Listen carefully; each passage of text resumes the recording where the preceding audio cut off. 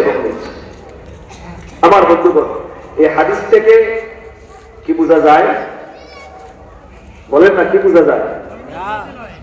এখানে রাসূলুল্লাহ বলছেন, যেখানে ইয়াতুলুনা কিতাবাল্লাহ, আল্লাহ রাসূলুহু বাইনাহুম, এবং ওই কোরআনে কারীমের শিক্ষা দীক্ষা যেখানে দেওয়া হয়, এই দুই কথা এখানে হয় না?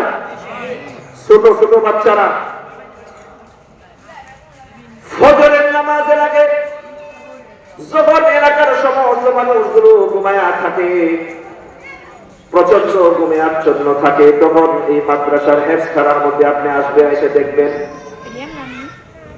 এখন মানুষ ঘুম থেকে উঠে নাই, ফজরের আযান হয় নাই, এর আগেই দেখা যায় ছোট ছোট মাসুম বাচ্চাগুলো ওযু কইরা মসজিদের মধ্যে অথবা নিজের কামরার মধ্যে উস্তাদের সামনে বসে কোরআন কারীম খুইলা তেলাওয়াত শুরু করছে।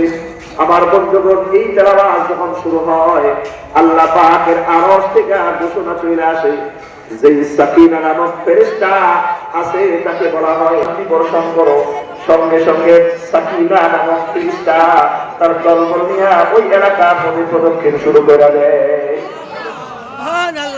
যাদের মা বাবা এই কবরস্থানে শুয়ে আছে, ভালো করে খেয়াল করবেন, হাদিস দুটো হাদিস, যাদের মা বাবা এই কবরস্থানে শুয়ে আছে, একমাত্র এই মাদ্রাসার কারণে, এখানে এই মাদ্রাসায় কোরআন কারীমের তেলাওয়াত হওয়ার কারণে, দরস তাদরিস হওয়ার কারণে আল্লাহ পাকের রহমত অনবরত এই এলাকার মধ্যে আশেপাশে নাযিল হয়। আর কবরস্থানে যারা আছে এরা এই রহমত থেকে বঞ্চিত হয় না, তারা পায়। সকলে একটা ফ্যান আপনি ছাড়েন, আপনি ফ্যান থেকে আরো অনেক দূরে, এই বাতাস কি যিনি ফ্যানের নিচে থাকে ওনার গায়ে লাগে না দূরেও যায়? দূরেও যায়। এখানে রহমত নাযিল হয়, আশেপাশে যা আছে সব জায়গায় আল্লাহ রহমত বিচরণ করে।